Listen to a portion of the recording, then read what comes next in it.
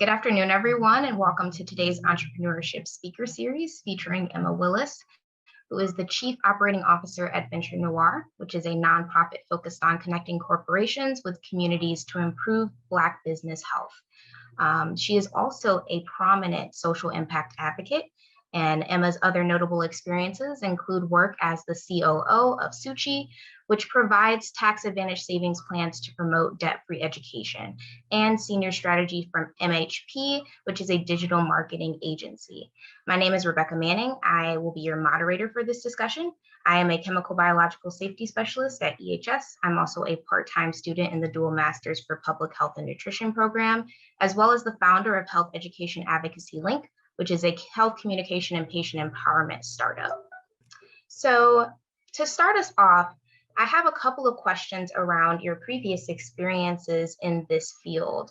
So what are the key personal and professional experiences that made social impact the driving force behind your work today? That's a great question.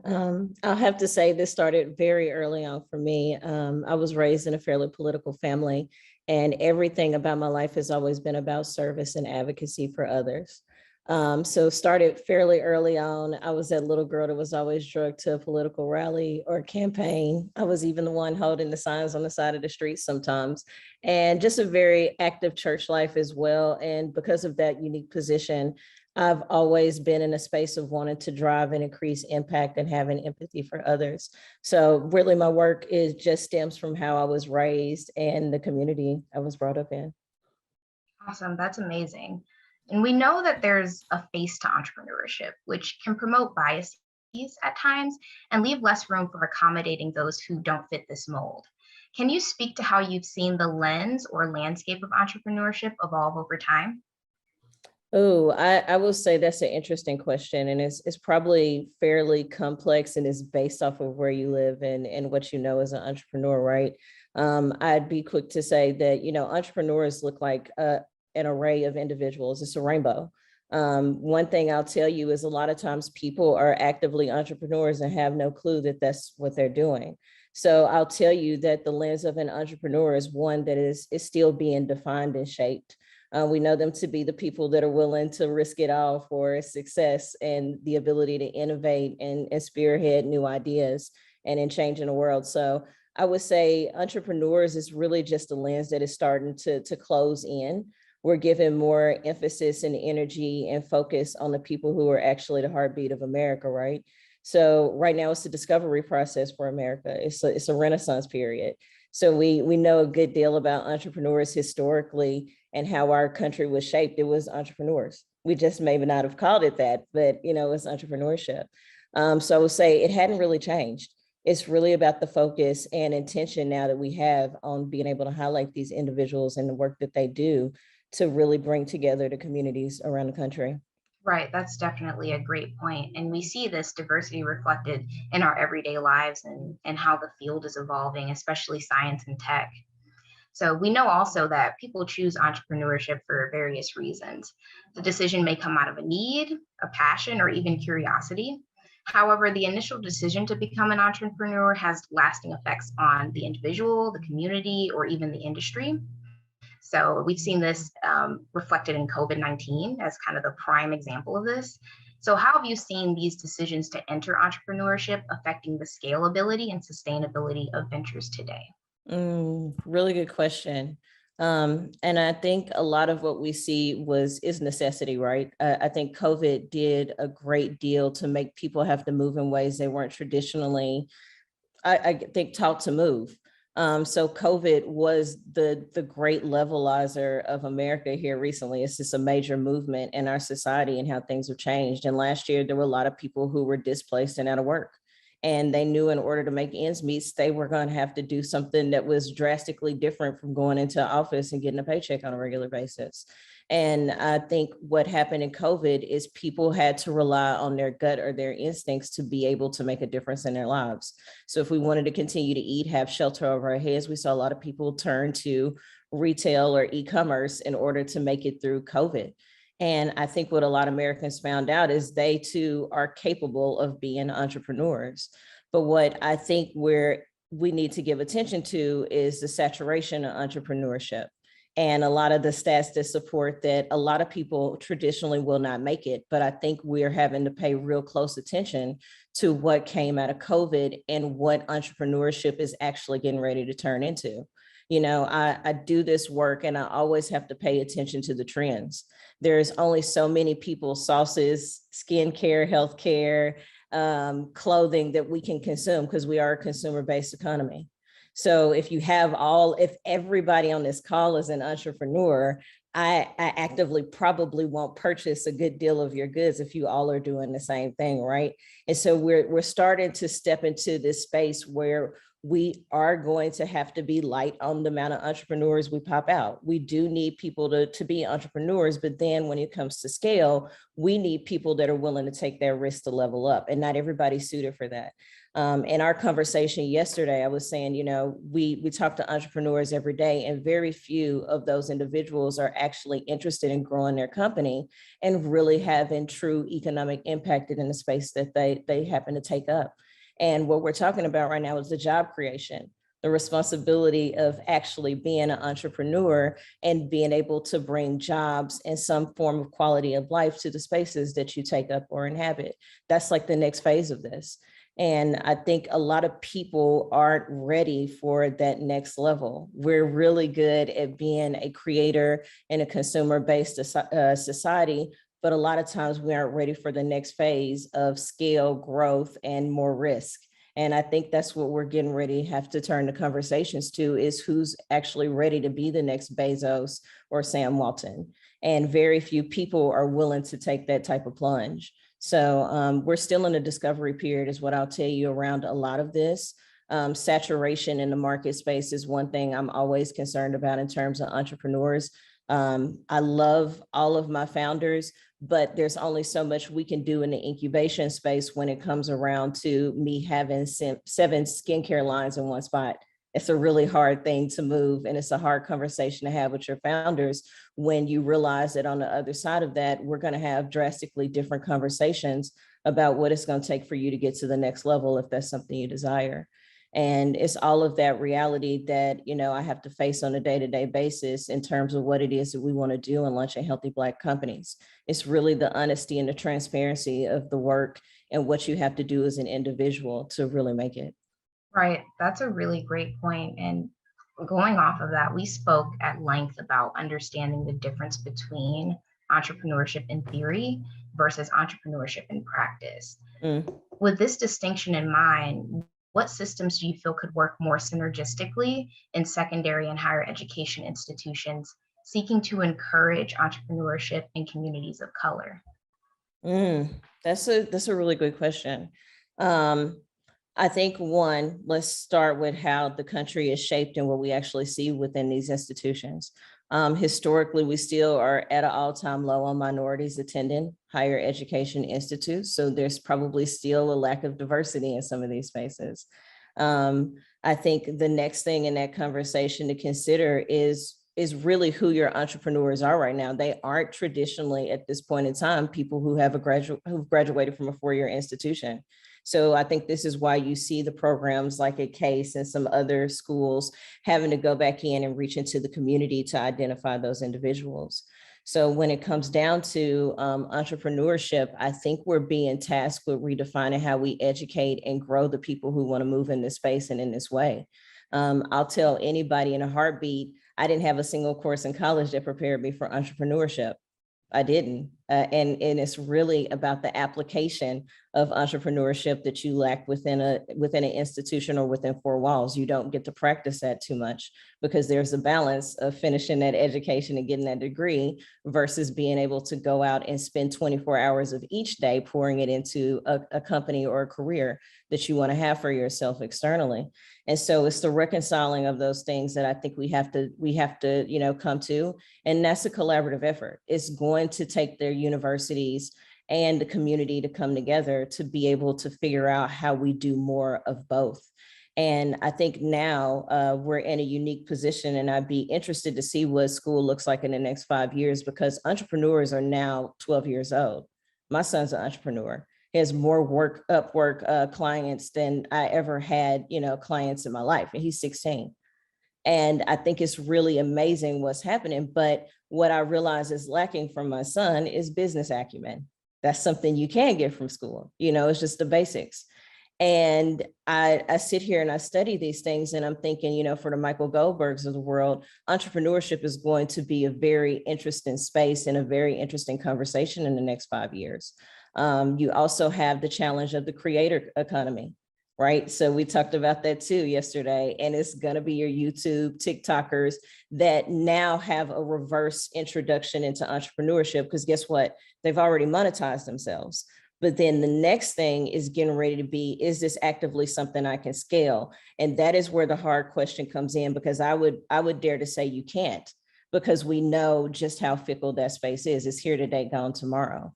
But I think the unique opportunity is taking those TikTokers, YouTubers, or creators and having them understand their responsibility potentially as an intrapreneur, the person that's actively investing in the entrepreneur, which are very two interesting positions, right? Because one can actually help fund and grow the dreams of the entrepreneur while still holding equity and being able to grow their personal wealth.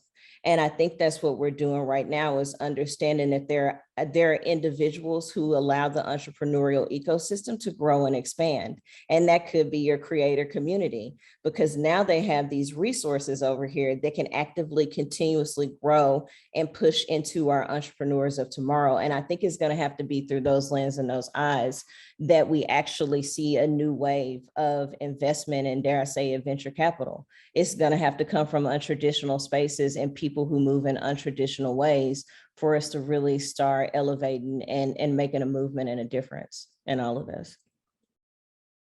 Right, that's a really great point. And we've seen social media become one of the key players in marketing. And so we can often find some of the marketing agencies losing out on work because they already have influencers who are promoting the products for the companies. And so when we acknowledge some of these challenges of entrepreneurs almost becoming millionaires overnight, can you speak to the significance of establishing stable supply chain infrastructure in terms of retail services and manufacturing to promote successful and growth-minded businesses? Yeah, so you had a couple questions there. So we'll touch on the creator economy first. And, I'll just go back to the fact that we're in a revolution, right? We're all actively having to figure this thing out as we go on a day-to-day basis. And I will tell you again that the creator economy is one that's special right now, just because it's delicate. It could thrive. It could be the next wave of industry that we really have yet to define and put parameters around. But I think we just need to continue to grow with it and stay flexible. But I think it speaks back to, now your kids aren't saying, I want to be an NBA player, a doctor, a lawyer. I mean, I hear kids yell at them, be a YouTuber. So, I think schools are getting ready to have to introduce curriculum on how to be an entrepreneur in real time. What are going to be some of those basics and those core things that we need for you to be successful, whether you continue to be that creator or not. And I think that particular argument is going to come back to finance and financial literacy, to be honest, because the one thing we have to actively do as an economy is constantly talk to people about what it is to have wealth and to continuously grow it. And wealth is that legacy piece. Okay, it's not just income. It is literally the disposable extra that you have that you can actively leave behind. And I think your creator's economy is really going to be that space that booms and allows for some of that to happen. And then on the other side, and give me your second question too. I want to make sure I answer everything here. Sure. Yeah, I was asking if you could speak to the importance of creating a stable supply chain infrastructure. I will say the importance in doing that is really about America's livelihood. I think if it comes down to it, and we're all being impacted right now, whether you know it or not. I personally, for my birthday, wanted a new iPhone, and it was the 13 Pro. Guess what I couldn't get when I went into Apple was the 13 Pro, and it's all based off of one piece of metal, copper. It's a very interesting thing to have to combat with when you're a human and you have once. It's like, copper, why? Where? And I think on a daily basis, we focus on the politics, We focus on the things that are noteworthy in the news that happen to distract us from the things that supply our day-to-day, lifestyle. And that's going to be your supply chain. I'm sitting here combating, it wasn't combative. My mom could seem combative, but we were having a conversation about Thanksgiving dinner. There's not a turkey to be bought. And you really don't think about supply chain until it comes down to you needing something from it. And my point here is that I think this is also a space that we need entrepreneurs to focus on. We do have people that actively work on innovation within supply chain, but sometimes that is just solely the technology that supports it.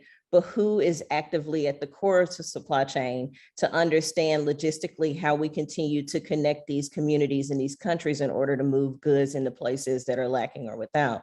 And so for me, I think in that question, it's really about entrepreneurs of tomorrow turning their focus on infrastructure. And that's what we don't have enough people planning, because honestly, that's a high stakes place to be in because it takes a lot of money, but infrastructure is key. And the only reason we're talking about supply chain right now is because we're all going to be impacted by the fact that nobody's figured out how to constantly move goods around the country and get things in within a certain period of time. Really great points. Looks like Professor Goldberg has a question. If you'd like to unmute and ask your question. Great. Thanks, Rebecca, and Emma, thanks for a great discussion.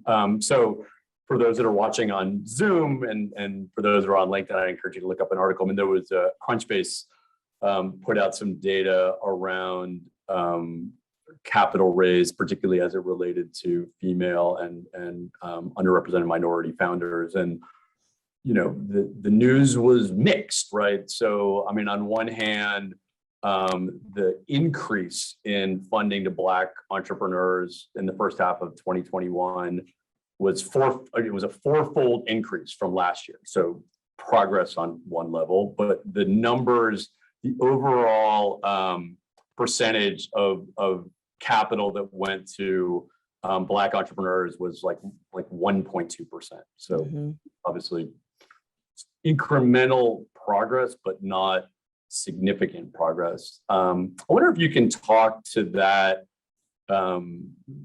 sort of the challenge. I mean, so some might say, "Oh, look at the progress." Others might say, that's not progress because we have such a long way to go. I'm curious if you can comment on the statistics. And I guess the good news is at least people are focused on it. I mean, even Crunchbase putting this data, I find is helping focus conversations on it because the numbers are a piece of the puzzle. But I'd be curious in your perspective.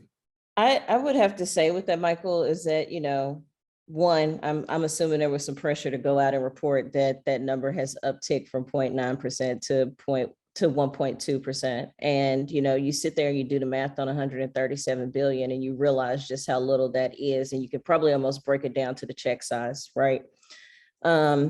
I think there's still a great deal of discovery that's going on. And I can say this from a person who's raising a fund right now of $150 million. It's not a lot of money, guys.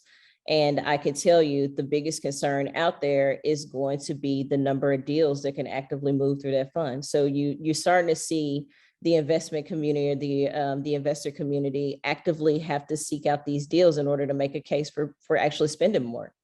And I'll tell you, part of the journey and part of our work is having to actually elevate, find, scout, research, and be able to talk about the companies that are doing the work. Because believe it or not, and this is me just, always sitting up doing research, it says there are more Black companies in the med tech space than anything else.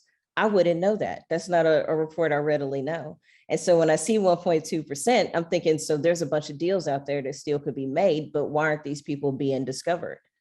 And I think it goes back around to a community that is still not trusting or is still vastly unaware of the resources that exist.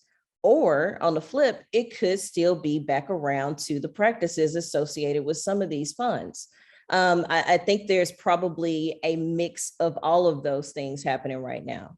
And so I think for our investors and the community of venture capitalists or anybody that's doing loans, SBA, bank products, otherwise, there's a real conversation about you being active and actually looking for these companies in order to make the investments.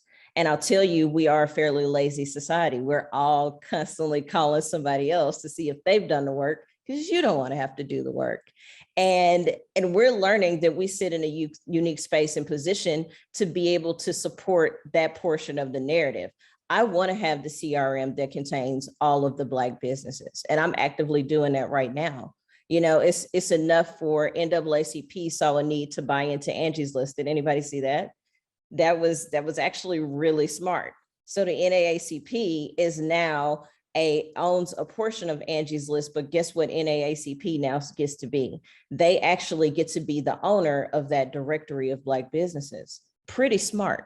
And a Small Business USA. And so you start seeing these things emerge, and you have to know now that 1.2% has to go up next year, because now we're reducing the number of excuses people have for why they don't see or identify the companies to make these investments. And so I stand at the front of that argument. If you tell me you can't find a company to invest in, or you don't see Black businesses that meet your thesis, I'm going to say, here's a list of 72.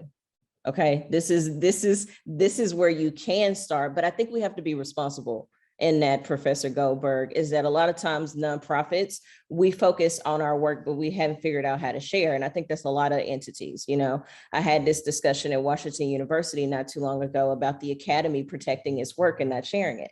I mean, it's the same thing with any other university.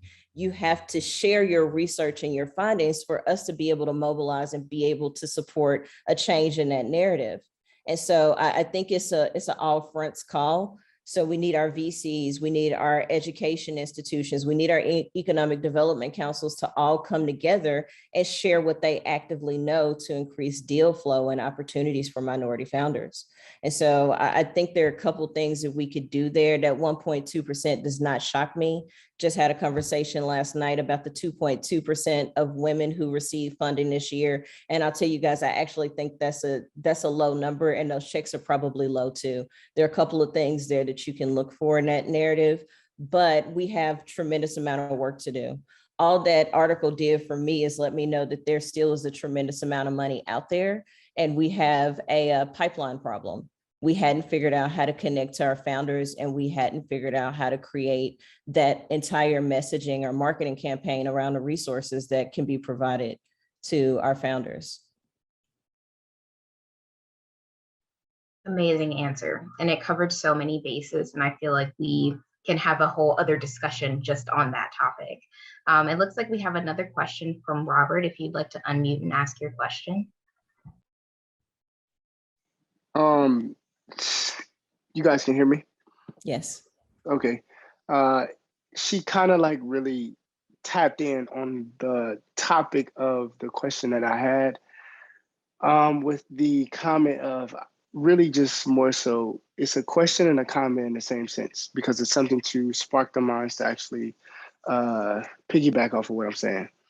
So for me, I see a lot of businesses, these startup businesses, which I help out with doing some behind the scenes work of marketing, websites, so on and so forth, of just getting them ready for the consumer. Mm-hmm. How I feel on seeing what happens to these businesses that are trying to survive is that when we talk about minorities and also the situation of things that's going on, I think the number of percentage is low because of control. And for me, the thing is like, I feel like we don't have as much because it's more so a feel of we will take over. But at the end of the day, I feel like really most of the times, all we scream is we want to be the same or as equal. Because the number really we looking for is probably like, hey, can we just bump this number up to at least 10% to start off? And then we'll go from there. So that's my comment on it. And it's really just more so hers, what she said, the fact that it's a multiple of things that may be the reason on why the percentage was low.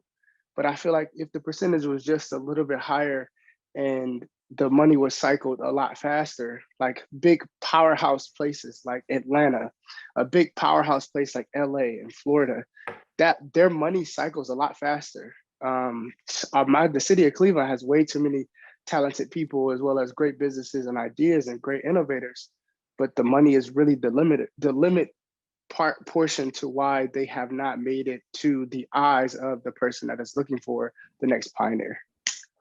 You know, I'll tell you, I could go back and forth on that one. Honestly, that is actually a pretty complex question to ask in terms of, you know, the 1.2% and how we get it to 10, and even the variables or the factors that play into that money being distributed. You really have to go back to the origin, and that was last year. You know, the Black community had enough. Corporations realized they weren't doing enough, but they also didn't spend the time strategically to create a deployment strategy for those resources. And so we can want that number to be 10%, but I'll always tell you, there is something about caution and taking the time to understand the things that are available that actually makes you better. And we can want these resources tomorrow, but I'll tell you all the resources you don't want.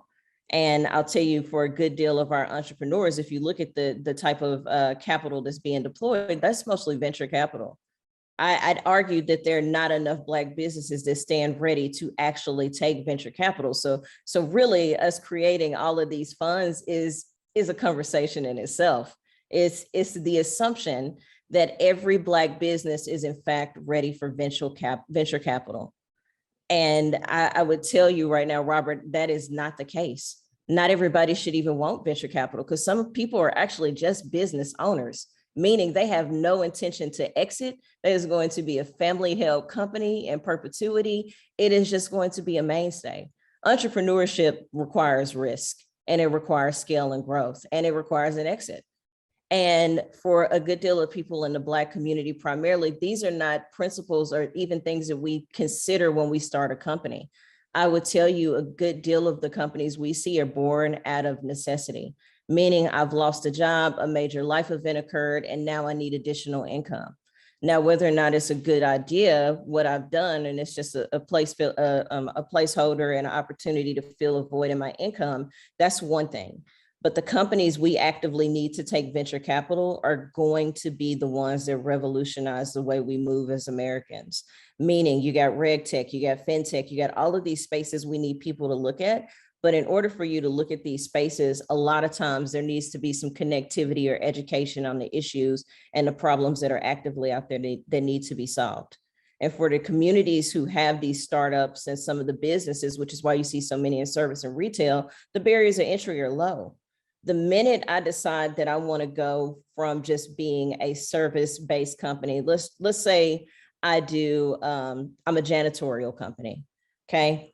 9 times out of 10, the products that I'm using are all chemicals I can purchase from your Home Depot, your Lowe's, so forth and so on.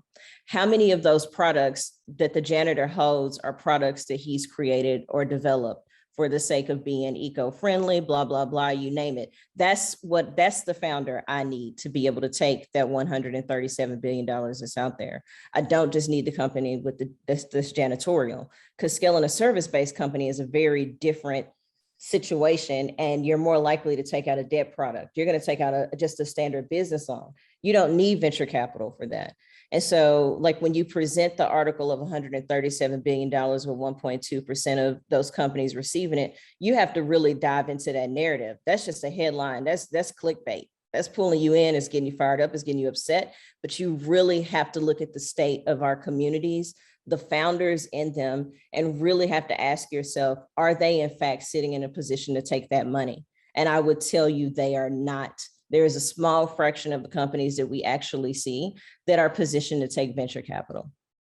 Amazing, amazing points. And even in our conversation, you mentioned something that was startling to me.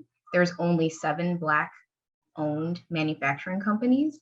And I was curious, you know, with this point being made, how does Venture Noire start to bridge these gaps? And what metrics do you use to measure your success? So I'll tell you, we've been at this now since 2019. Our first grant was literally to decide whether or not there was an appetite for the work that we do and whether or not there was real need, right? So that was step one. We got to touch over 1,000 companies in year one. 2020 was all COVID, but it was the opportunity for us to dig a little deeper and what the need was for the community we seek to serve. And what we found out is pretty much everything I just said. There's a great deal of organization and work that needs to be done to define what we need to be able to grow our communities and this economy overall. And for Black people, we need job creation, right? We need to actively create jobs, and that's a real hard place to move into, because most companies really just want to move to the Black. They want to get out of the red, they want to be profitable, and they just want to have an income at the end of the week. But when we started looking at our work, we realized we sit in a position of economic development through the development of entrepreneurs. That's literally what we do. We literally are an economic development firm. Okay, at the core of everything is we're trying to bring jobs to communities. And the person that's going to be able to do that is your entrepreneur. So we took a step back and we said, what are we noticing? We noticed that our Black founders were coming in and representing just about every industry. 70% of our founders were women, Black women, which presents its own issues and a conversation all into itself. And so what we had to learn from our outcomes this year is that, one, the assessment or the interview process associated with our founders was going to have to be pretty rigid. It may seem unfair, but let me tell you why. When you go through the process of being accelerated or you sit in an incubator, there's a real come to Jesus moment and some reconciling that has to happen with individuals. And it's whether or not this path is actually for you. So now we find ourselves being fairly intensive because I can't lie to you about the fact that this is not an easy path. Things may not go the way you intend for, and you probably aren't going to get venture capital based off of what we all publicly know. So what do I have to do? I am now standing here trying to give birth through fire, essentially. So we're now digging in. Your finances matter. And it's not just your business finances, it's your personal finances. Because guess what? Those two things have to reconcile in order for you to get that product that you're looking for to help you scale or grow. And so we start with the hard conversations. It's finances first. You got to be open to the process. We have to start with the basic principles and the core of where most things go wrong. And it's people's understanding and their relationship with money. Ta-da, financial literacy is back in it. Education matters, right? We just come back to the same, we'll come back to the same themes every single time. And people don't realize that, we talk about education up here, but really there's these basic guiding principles and concepts we all need as a person. It was me learning how to write a check in elementary school. Didn't matter then, but now it matters now. Okay, balancing that checkbook, it equally matters. Me understanding my credit score, me understanding what collateral, what assets, what all of these different terms mean, they all come back full circle to you as a business owner. So we have to be able to sit with you and actively talk to you about these things openly. Your candidness and your ability to absorb feedback is critical in this position. Okay. And a lot of times we'll call a business our baby, and guys, it's probably the last thing you should do because you're going to be attached to a baby. You're not going to be objective about your baby. And this is why there are no ugly babies, because nobody wants to call their baby ugly. And I will tell you guys, there are ugly babies. They do exist. And so you just have to be honest with yourself in the process and the course of going through this. And this is where we are with our founders. It's also about self-mastery when it comes to our founders as well, because a lot of times we'll get to imposter syndrome. We had this discussion yesterday. And so we need to talk to you about how you feel about your company, about yourself, and the things that you're actively sacrificing for the success of this thing, right? Self-mastery comes into play. I need to be able to talk to you about the things that you didn't hear as a child, why you don't have the confidence and the perseverance to push through some of these things. So that's where we sit. And that's a good chunk of maybe the first 2 weeks for our founders in reality, is those very basic things. Then we move on to what is the guts of the company. And this is you bringing out your business model. I do not want your lean canvas. I don't. I personally need to understand that lean canvas is an abridged version. Sorry. Can you guys hear the dogs barking? Okay, 1 second. Okay, it's over. So I think what we have to understand is that there's no shortcuts to being successful. And I just had this conversation yesterday, and I'm so sorry. There's clearly somebody on the front line. I don't know. But we had 1 second. Hey, we're a dog-friendly event. Indeed. I was just saying, maybe we'll put, as Emma attends to her dog crew, I was just saying to Rebecca, we probably have time for one more question. So if there's an audience member that wants to ask the last one, otherwise we'll give the moderator. Yeah. What did you I'm back. I apologize. Throw them some snacks or something? How did you get them to? No, my one of my teammates was showing up at my house, and they were just dancing in the window waiting for him to come in. But no, I just want to get back to that. Is that it's a fairly intensive process, and we don't take this lightly, because if you're willing to sacrifice so much of your time, money, and energy, we have to be equally serious. And so this isn't a light process for anyone. And I think we have to be that responsible to you and your time.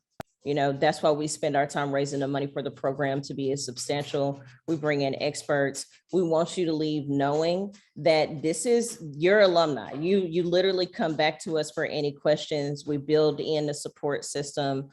We stick with you for all the questions, awkward or otherwise. And we want you to be a part of this family, because we learned that a lot of times other entrepreneurs don't lean in and support each other. And we've had to create that community that even though your companies may not look the same, I can guarantee you there are 2 or 3 things in your story that will be similar to the people around you. And so we need them to learn how to actively support and lean on one another. But it also speaks to what opportunities come out of programs like this, is that sometimes your greatest pivot and greatest opportunity is learning how to bring in other people to help drive success. And, you know, I've seen companies dissolve because other founders figured out how to come alongside one another and create something far more substantial than both of them ever thought of. And that goes back to a really good principle on teams. Like, we start a lot of times these journeys as solopreneurs, and the first thing people will tell you is, where's the rest of your team? That team is equally important in this. You got to have people around you to support you and keep moving. So in the 8 weeks you spend with Venture Noire, it's fairly intensive. They meet 3 times a week. They all are required to do that. That's one thing you have to say as soon as you start, is that you will in fact agree to be available for all of our classes as well as the homework. And they do get homework. And a lot of it is fairly personal. They have to spend the time with that. And so our greatest outcome has just been honesty on this one. We really did a survey where they could give us all of their feelings within paragraphs. And I mean, I enjoy that because reading through it makes us better. But it also lets us know that focus absolutely matters, which is why you see us going into CPG next year. And that one cohort is fairly substantial, because now we're sitting in a place where we want to actively give these VCs the deal flow that they actively want. And we're vetting them, and we're make sure that they're actually ready for the work. I mean, and there's a lot of things we have to cover in this now, but it's our responsibility. If we want to see it happen, we actually are having to put in the time and the work to make sure we get those outcomes. Amazing. And I actually think you answered a question in the chat with that answer as well. So I'll go ahead and ask my final question, then I'll pass it back to Professor Goldberg. So a common theme that I've noticed in your previous media mentions is the importance of articulating your why. Notably, as entrepreneurs of color, we often intertwine this why with firsthand experiences. So how would you suggest leveraging the strength behind your narrative to encourage representation in the startup space? Yeah, I think the why actually is a huge connection point. So as humans, the most honest level of us is our feelings and our ability to connect. So even if I never see you in person, and Professor Kohlberg said that to you at the beginning, I feel like we know each other really well, even though we hadn't met in person, that is a really good reason why the why is important, right? It's a connection point. If I'm able to tell you that my work stems from my need to be of service and to make as much of a difference in people's lives as I can while I have time here on earth, that's the truth. A lot of people will lean into that and they can see, oh, Emma is really service oriented and she's here for me. You need that connection. The why matters. So just me talking to you yesterday, Rebecca, and understanding that you do your work because you understand all of the health problems that plague minority communities, I can actually feel that because now I can recognize a family member who's dealing with said issues. And that's when you get back to your why. And that honestly should be everybody's North Star. You have to have something that anchors you in your work. And it's you being able to deadlift, but focusing on a single point in the wall. You can push through it as long as you have this one thing to anchor you and why you're actually in this spot. However uncomfortable it is, the why will always be the accelerant and the thing that allows you to push through and move past a lot of those things.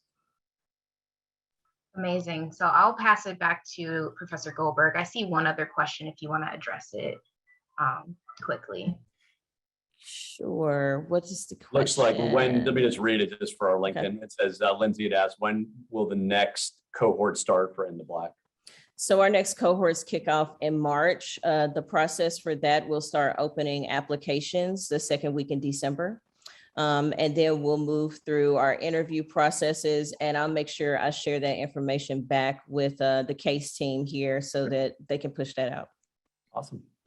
Wow, that went fast. Rebecca, awesome job moderating, really thoughtful questions, and great to have you on our campus engaging in your staff role and in your startup role. It's really wonderful to see our community trying to burn the candle at both ends. I mean, so many entrepreneurs, like ones on here, are doing a lot, and you're a great case study of that. So thank you. Emma, this is great. I mean, we're so thrilled that James connected us. It was awesome having you in Cleveland.